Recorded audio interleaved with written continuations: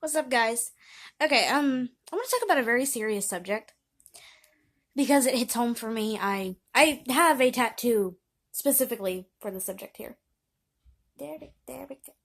There we go. Now you can see it. I have a semicolon tattoo, and those of you who know what it means, I'm pretty sure you do. It's not, it's not like it's not trending. Well, not trending, but it's not like it's unpopular. Everybody knows what it is. Everybody knows what it stands for. And those who don't, I will gladly explain. It puts up a awareness for suicide, for drug abuse, and for mental illness awareness, as well as many other things, such as bulimia, uh, anorexia, other eating disorders, depression, anxiety, other things like that you can think of that have to do with the mental brain. And one thing I would like to talk about is self-harm. And I'm going to give you a big, full warning about this before you continue to watch the video, because this is a very serious subject, and I feel very strongly about all this.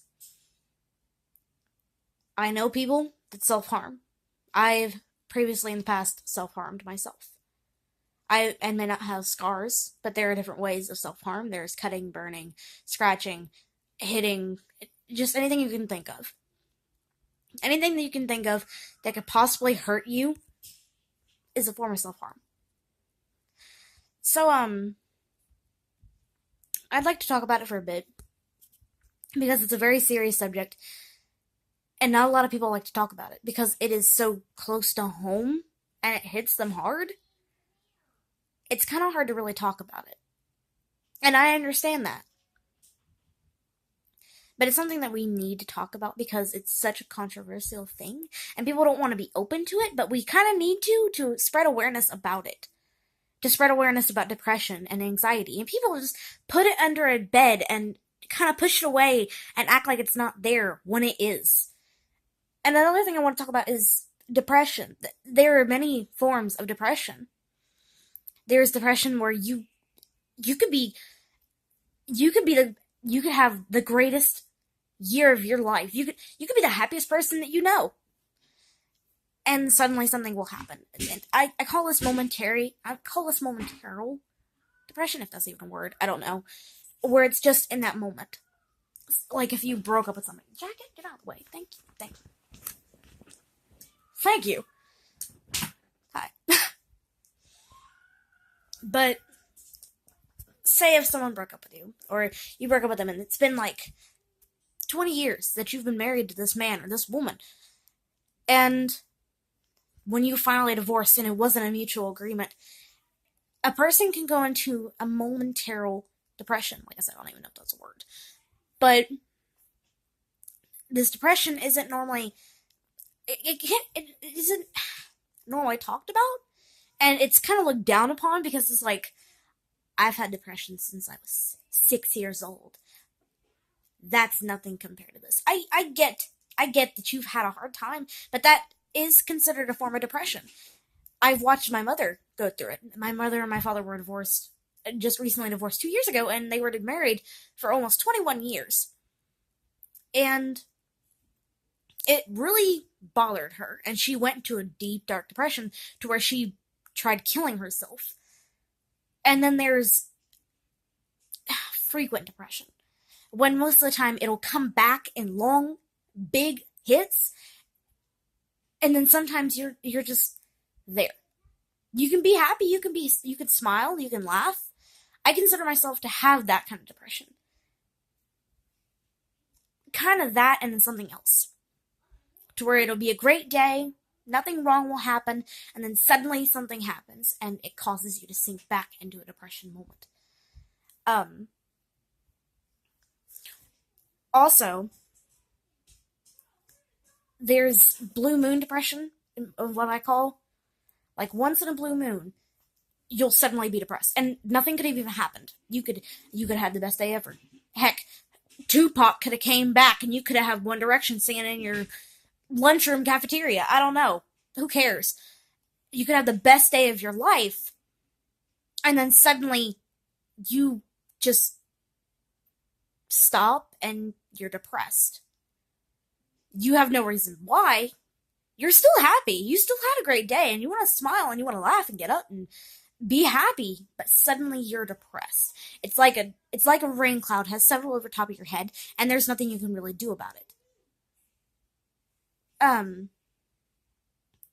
there's um what I like to call numbing depression. I know a lot of people that have this to where it's it'll come and stay for a while and then suddenly you'll become very numb. Like to pain, to feelings, to anything, to happiness, to sadness, anything. You are no longer just depressed, you are numb and wishing that you were just depressed. And then there is constant depression. I know one person that has this form, and she's had a lot of problems, and it causes her a lot of issues with family and friends. She is constantly on medication. I call this a continuous form of depression. To where no matter what happens, any day that you could walk outside your door and it could be raining cats and dogs, literal cats and dogs, and they're landing on a pillowy ground with Mario and mushrooms and Pokemon. I don't know. What does your fantasies consist of? Not sexual fantasies. God. I just thought of that. Don't take that way. Um, but it could be the best day of your life. You could literally have the best year of your life. And you're going to counseling and everything else, but you're still so depressed to a point you don't want to talk to anybody. You have withdrawn yourself. And you are social you are antisocial. You don't want to talk to nobody. You don't want to know nobody. You don't want to be around anybody. And you are just secluded in your own world and have become a hermit because of this depression that you cannot get rid of. No matter the medication, no matter the therapy, nothing. And it takes time to get over that. And over time, it will lessen as much as it was in the beginning. But it takes a really long time. And it's really hard to explain, but you have to be in that situation to know what I mean. I have never been in this situation, but the only way I can describe it is what I see of her. She smokes, she drinks, she has sex to cover up all of the pain and all of the fears and everything there that really shouldn't be there because she is an amazing person. But it's there, and there's nothing you can do about it. There's nothing she can do about it. She can do therapy and she can take medication, but it'll take forever before it finally goes away. And that's what I like to call it, a constant depression, because no matter what happens, you're always depressed. And it's really saddening, and it's really heart-wrenching, but it happens. And no matter what, self-harm can come from all these types of depressions. It can come from even just depression of just the momentary depression. My mother, she is not only a very happy person. She's lived a very hard life, yes.